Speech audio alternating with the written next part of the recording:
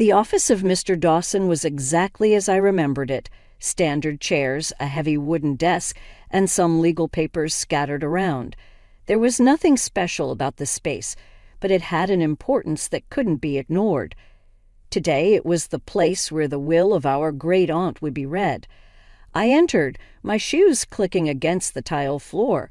I was the first to arrive, and I took a moment to breathe in deeply, trying to calm my nerves. I hadn't seen Emma in years, and I wasn't sure what to expect. We had grown apart, our lives taking different paths after our parents' tragic accident. While I chose to stay close to home, helping our great-aunt and soaking in the local community, Emma moved to the city. She often said it was to chase bigger dreams. Not long after, I heard the door open again. I didn't need to turn around to know who it was. The perfume was unmistakably Emma's. "You're late, Clara," she said with a hint of annoyance. I turned to face her, noting how she hadn't changed much. She still had that assertive walk and a look that often sized people up within seconds. "I'm on time. You're early," I replied, trying to keep my voice neutral. She smirked. "Always trying to play the good girl, aren't you?" Ignoring her comment, I took a seat. The room felt colder with her in it. I looked at the lawyer's desk and then back at Emma, who was busy scrolling on her phone, her long fingers moving swiftly over the screen. "Can we get this over with?" Emma asked, not lifting her eyes from her device. "I have a flight to catch." Mr. Dawson entered just then, wearing his usual black suit. "Good morning, ladies. I see you both are eager to get started. If you could both take a seat." "I've been seated," I said. Emma finally looked up from her phone and shot me a quick glance. "Let's just get to it." Mr. Dawson nodded and opened the will. "Very well.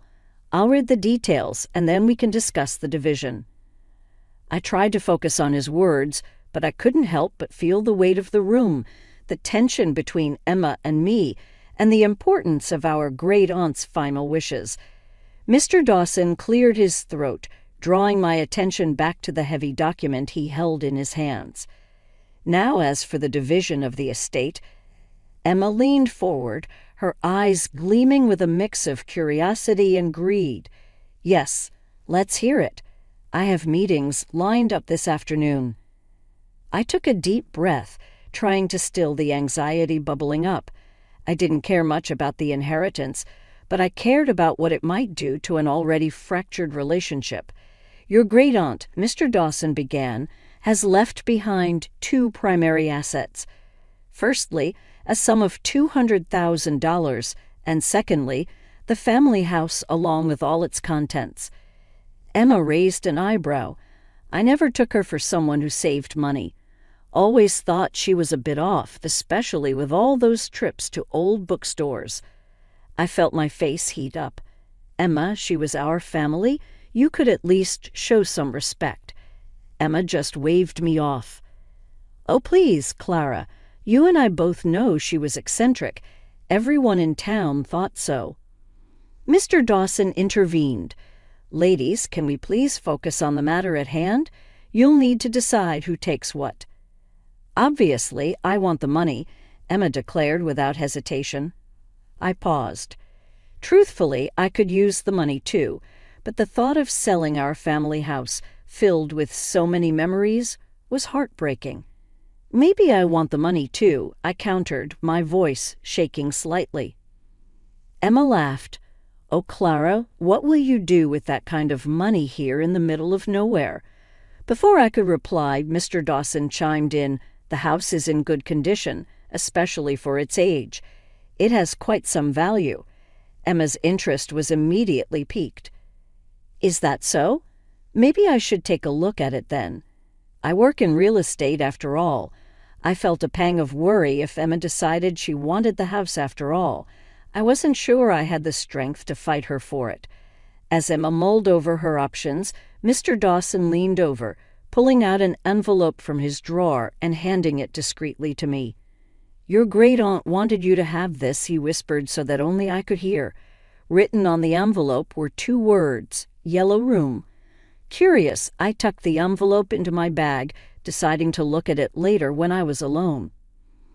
Emma, seemingly having made up her mind, announced, "All right, let's go see this house. But I'm warning you, Clara, if it's not up to standard, I'm taking the money." I nodded, "All right, let's go." The drive to the old family house felt longer than I remembered. Trees seemed to stretch endlessly on both sides of the road, occasionally giving way to open fields. There was something comforting about this familiar journey, even if the circumstances were anything but. Emma drummed her fingers on the steering wheel impatiently. It's been ages since I came down this road. I had forgotten how much I hated it. "Why did you hate it?" I asked, genuinely curious. This place was always too quiet, too slow for me. I always felt like a bird trapped in a cage. Remember how I always talked about leaving? I nodded. "Yeah, but I never thought you actually would." Emma scoffed. "Of course I would. There's a whole world out there. But look at you, still stuck in this town, living the same life day in, day out." I looked out the window. "It's home, Emma. It's where we grew up, where our parents and great-aunt lived and loved." She just shook her head, clearly not understanding. We soon reached the driveway leading to the house. The gravel crunched under the tires as we made our way up. It was a large 2-story structure, slightly worn from the years, but still standing strong. The garden had overgrown with weeds, taking over the flower beds, but the house still held a certain charm. Emma parked the car and looked at the house skeptically. "This is it? Looks like a dump." "It's an old house," I defended. "It just needs a bit of love." She smirked. "Well, you would know all about that, wouldn't you?" Ignoring her jab, I headed towards the front door, key in hand. As I turned the lock and pushed the door open, memories flooded back. The scent of fresh cookies baking, the sound of our great-aunt's laughter, the feel of the carpet under my feet as I played with my toys. Emma walked in, surveying the rooms critically. "This place is going to need a lot of work if it's going to sell for a decent price." "I thought you wanted the money," I asked, trying to hide my relief. She shrugged. "I did, but if this place is worth as much as that lawyer thinks, maybe I should reconsider." My heart sank. "But you don't even like this place. Why would you want it?" Emma rolled her eyes. "Clara, wake up. It's not about liking it, it's about what it's worth." "But it's our family home," I protested. She sighed, exasperated. "You always were the sentimental one." "Look, I'll think about it. Let's just get this over with." We toured the house with Emma pointing out all the repairs and upgrades that would be needed. Every comment felt like a dagger in my heart. This wasn't just a house, it was a treasure trove of memories. Finally, we reached the second floor. I hesitated outside the door of the yellow room. The door was slightly ajar, revealing a glimpse of the bookshelves inside. Emma pushed past me and entered the room. She looked around, her face scrunching up in confusion. "What's so special about this place? It's just a bunch of old books." I didn't answer, my thoughts consumed by the envelope in my bag. Emma seemed to have made up her mind. "All right, Clara, you can have the house. I'll take the money." I looked at her, surprised. "Are you sure?" She rolled her eyes. "Yes, I'm sure. I don't have time for all this work. Besides, the house suits you." The next day, I decided to fully explore the house without Emma's impatient sighs and sarcastic remarks. It felt like I was truly home. Every corner held a memory. Every room whispered tales of our past. I opened the old wooden cabinets, smiling as I found our great-aunt's china set still intact. I remembered the stern look she'd give us whenever we used them, warning us to be careful. "These have been in the family for generations," she'd say. Sitting at the old dining table, I remembered our meals together. "Do you remember the time Emma tried to cook?" I whispered to the empty room, chuckling. She had been so determined to make a surprise dinner and had ended up burning everything, but we had laughed and eaten burnt spaghetti, declaring it the best meal ever. Going upstairs, I visited each bedroom. Our parents' rooms still had their scent, a mix of Dad's cologne and Mom's perfume. Finally, I reached the yellow room, the room our great-aunt had turned into a personal library. The sunlight streamed in, giving the room a soft glow. I ran my fingers over the spines of the books, each one telling not just its own story, but a bit of ours as well. Picking up a random book, I opened it and found a note scribbled in our great-aunt's handwriting. For Clara, when you're old enough to appreciate the beauty of words. I smiled, tears forming in my eyes. She had always said I had a love for stories. I remembered the nights she'd read to us. We'd sit wrapped in blankets, hanging on to her every word. Sometimes, if we were lucky, she'd tell us tales of her own, youthful stories not found in any book. Curiosity piqued. I searched the room for more notes, and there it was. Another note inside a thick, leather-bound book. To Emma, remember to find joy in the little things, it said. I was startled by a knock on the front door. Wiping away my tears, I headed downstairs. Opening the door, I found Mrs. Green, our old neighbor. "Oh, Clara," she exclaimed, "I saw you come by yesterday. Thought I'd come and say hello." "Mrs. Green, it's been ages," I said, pulling her into a warm hug. "How's Emma?" she asked. "She's well, she's Emma," I replied, not knowing how else to describe the complex relationship we had. Mrs. Green chuckled. "You two always were like chalk and cheese, but deep down I know she cares for you." I nodded, hoping that was true. After some tea and more reminiscing, Mrs. Green left, leaving me with a feeling of warmth and gratitude. Weeks turned into months. I grew more and more accustomed to the house and the comfort it provided. The yellow room became my refuge. Every evening after work, I'd sit in there, poring over the books. It wasn't just a hobby. It felt like a purpose. My great-aunt's collection was vast, and I believed there had to be more to it than just reading pleasure. One evening, while leafing through an old history book, I stumbled upon a folded paper tucked between its pages. Unfolding it, I found a list of book titles, some of which sounded familiar. Scribbled next to each title were numbers, possibly prices or maybe codes. My heart raced. Could this be a clue? The next day, with the list in hand, I visited a local bookstore to seek some guidance. Mr. Roberts, the owner, was a friend of my great-aunt's. "Mr. Roberts," I began, showing him the list, "do you recognize any of these titles?" He peered at the list, adjusting his glasses. "Well, Clara, some of these books are indeed rare. They'd fetch a good price if in decent condition. Your great-aunt and I used to discuss these. She had quite the collection." I beamed. "So they're valuable?" "Yes," he replied, "very. Especially if they are first editions or have some sort of historical significance. But remember, their worth isn't just monetary. They hold knowledge, stories, and history." Over the next few weeks, with Mr. Roberts's help, I began cataloging the books, verifying their editions, and checking their potential value. The results were astounding. Many of the books were first editions, and some even had handwritten notes by authors. One day, as I was cataloging a book on ancient civilizations, a small envelope fell out. It was addressed to me. My hands trembled as I opened it. Inside was a letter from my great-aunt. "Dear Clara," it began, "if you're reading this, it means you've delved deep into my collection. I always knew your curiosity would lead you here. These books are my legacy to you, not just in monetary value, but in knowledge. I hope they serve you well." Tears filled my eyes. My great-aunt had planned this all along. It wasn't about the money. It was about the journey, the search for knowledge, the legacy.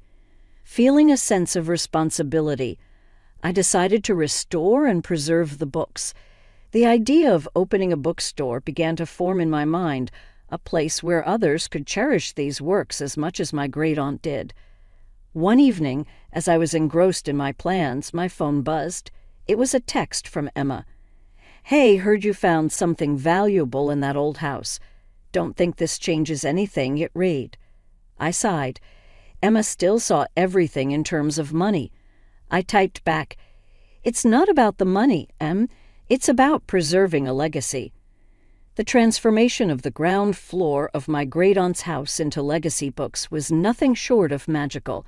It was more than just a business. It was a reflection of my past and my dreams for the future. As word spread, more and more people began to visit. Schools arranged trips, and local book clubs made it their meeting point. One day, a popular Instagram blogger dropped by and gave us a shout-out. The popularity of legacy books skyrocketed. Late one evening, as I was winding down, my phone buzzed. It was a call from Emma. We hadn't spoken since our unpleasant encounter after the will reading. I hesitated but answered. "Hello, Clara." Emma's voice dripped with sarcasm. "I've been seeing your little project all over social media. Quite the success story, aren't you?" Taken aback. I replied, "Yes, Emma, the bookstore is doing well. What do you want?" "I want what's rightfully mine," she snapped. "You owe me, Clara." "Owe you?" I retorted. "I took what was left to me in the will and I made the most of it. That's it." She scoffed. Of course, playing the innocent card. "Well, here's the deal. You're going to give me some of that money you're making." "Why would I do that?" I asked.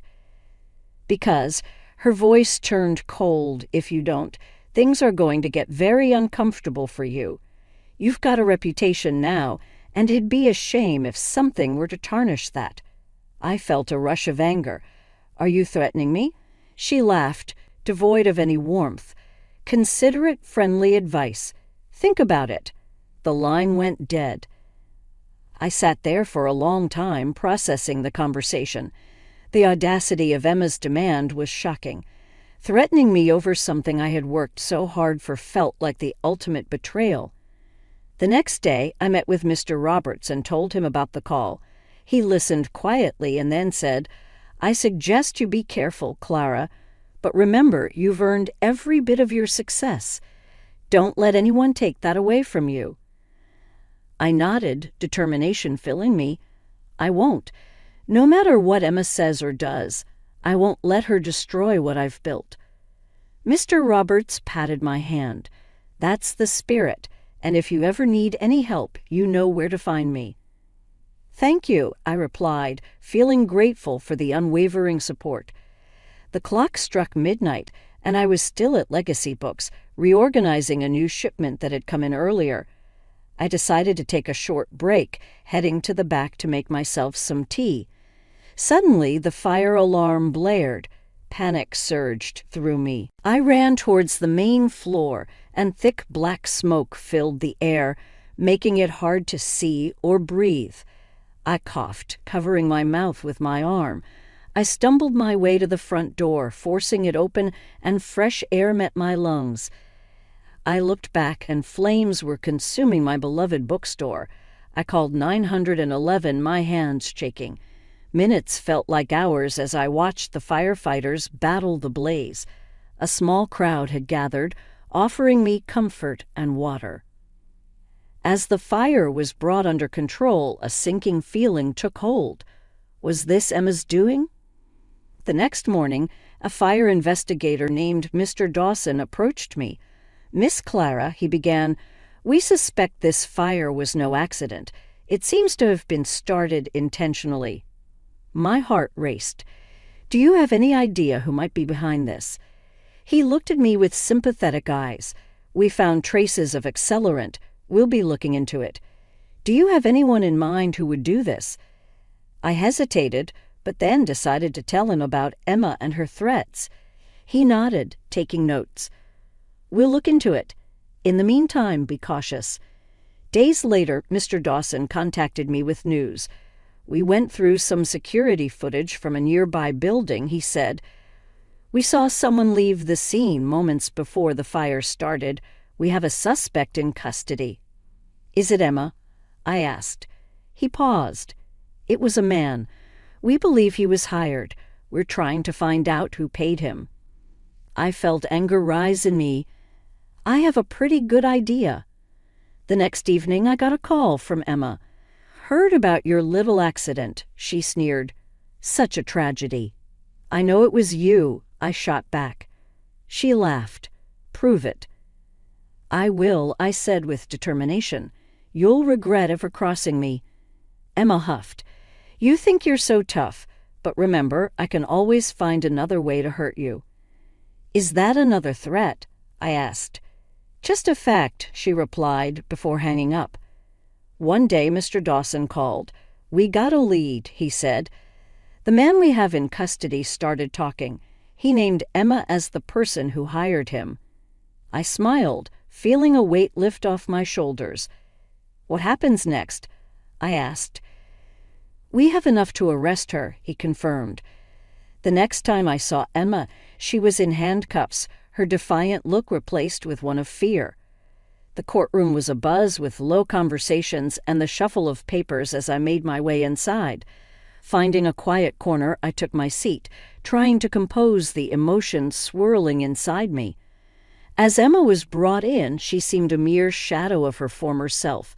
The arrogance once so evident in her posture and demeanor was replaced with a downtrodden, subdued look. Her eyes darted around nervously, avoiding mine when they briefly met. When the evidence was presented, it was clear Emma had willingly and deliberately committed her crimes, driven by an overwhelming greed. Her actions were indefensible. The judge's final declaration resonated in the room. "Emma Turner, you are hereby sentenced to 10 years in prison and are required to pay a fine of $500,000. I felt a strange mix of relief and sorrow. Was this the sister I grew up with, the one who shared secrets, dreams, and childhood memories with me? It was evident now that her desire for money had overshadowed any love or kinship. After the trial, as people began to leave the courtroom, Emma turned to look at me one last time. She was led away, and I remained seated, processing the weight of the events. In the days that followed, I threw myself into my work. Legacy books became my sanctuary. Friends, both old and new, became my pillars of strength.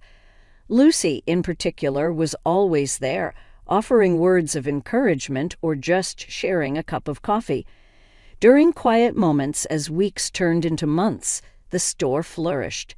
One evening, while organizing some books, Lucy asked, "What's next for you?"